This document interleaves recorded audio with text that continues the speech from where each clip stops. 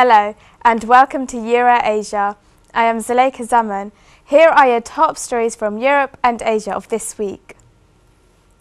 George Osborne has mentioned that the UK economy is recovering faster than expected and it is time for the British people to be rewarded for holding their nerve. Unveiling a stridently upbeat budget, the Chancellor promised millions of people an income tax cut, cheaper childcare, a penny off a pint of beer and bigger bingo prizes. And in a pitch to the powerful Grey vote, he announced the biggest overhaul of pensions for 100 years, cutting tax for savers and giving people full access to their nest eggs as soon as they retire, leading to a stock market slump in annuities firms. Personal tax allowance to be raised to £10,500 next year, resulting in £800 income tax reduction for typical taxpayer. Transferable tax allowance for married couples to rise to £1,050. Reform of taxation of defined contribution pensions to help 13 million people from March 27th. Tax on cash taken out of pension pot on retirement to be reduced from 55% to 20%. The fuel duty rise that was planned for September will not take place. Duty on ordinary cider frozen. Beer duty cut by 1p a pint. Welfare cap set at £119 billion for 2015 and 16, rising to £127 billion by 2018 and 19, with only the state pension and recurring unemployment benefits excluded. New pensioner bond paying market leading rates to be available from January to all over 65s, with possible rates of 2.8% for 1-year bond and 4% for 3-year bonds. Cap on premium bonds to be lifted from £30,000 to £40,000 in June and £50,000 in 2015, and number of £1 million winners to be doubled. Asian business connections will enhance the significant contribution Asian businesses make to the Northeast economic and general well-being. This objective will be achieved by creating businesses opportunities and positive outcomes for its members and partners. ABC will act as an enabler and promoter of best business practice. ABC is an apprenticeship program for 16 to 24-year-olds. This program encourages young people to find a job and gain experience. The experience that is gained after this program often provides a full-time job. This event was attended by Shadow Minister for Women and Equalities Sharon Hodgson, Sabrina Hussain, CEO of NTV Europe, Mahtab Mia, President of British Bangladesh Chambers of Commerce, North East Region Stephen Hall, Area Business Manager Barclays Bank plc Amar Mirza, founder of Asian Business Connections. ABC will celebrate the work, ethics, achievements and cultural diversity of the Asian business and wider community. By establishing a network built upon trust and social inclusion, they will ensure that the representation of the Asian business community is fair and equitable. The European Union newest method targets 12 people involved in Russia's capture of the peninsula. Earlier, Ukraine and the EU signed an accord forging closer political ties. They include Deputy Prime Minister Dmitry Rogozin and 2 close aides of Vladimir Putin. While the list targets several figures close to the Russian president, it does not hit his inner circle as hard as the sanctions announced by the US on Thursday. The accord signed by the EU and Ukrainian Prime Minister Arseniy Yatsenyuk in Brussels on Friday contains the political part of the EU Association Agreement rejected in November by Viktor Yanukovych, who was the Ukraine's president.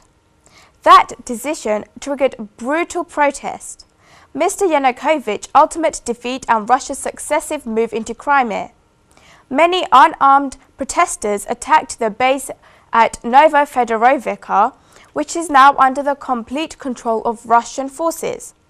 Meanwhile, shooting and blasts were heard as Russian troops stormed Ukraine's Belbek air base.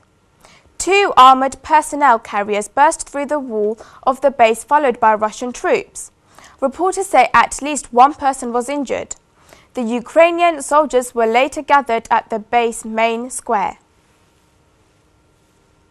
Pope Francis has launched a hurtful attack on the mafia, warning gangsters that they will go to hell unless they repent and stop committing sins. He was speaking at a prayer vigil for relatives of those killed by the mafia. The Pope has spoken out commonly about the evils of dishonesty and wrote a booklet on the subject in 2005 when he was Archbishop of Buenos Aires. The meeting near Rome on Friday, organised by a citizens group called Libera, was aimed at representing the Roman Catholic Church's opposition to prepared crime, rejecting momentous ties with mafia bosses claiming to be good Catholics.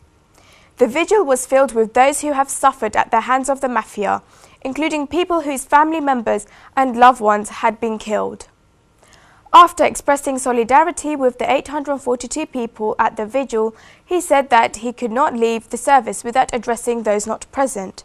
Anti-mafia activists hope that the Pope's words are a signal that he is on their side.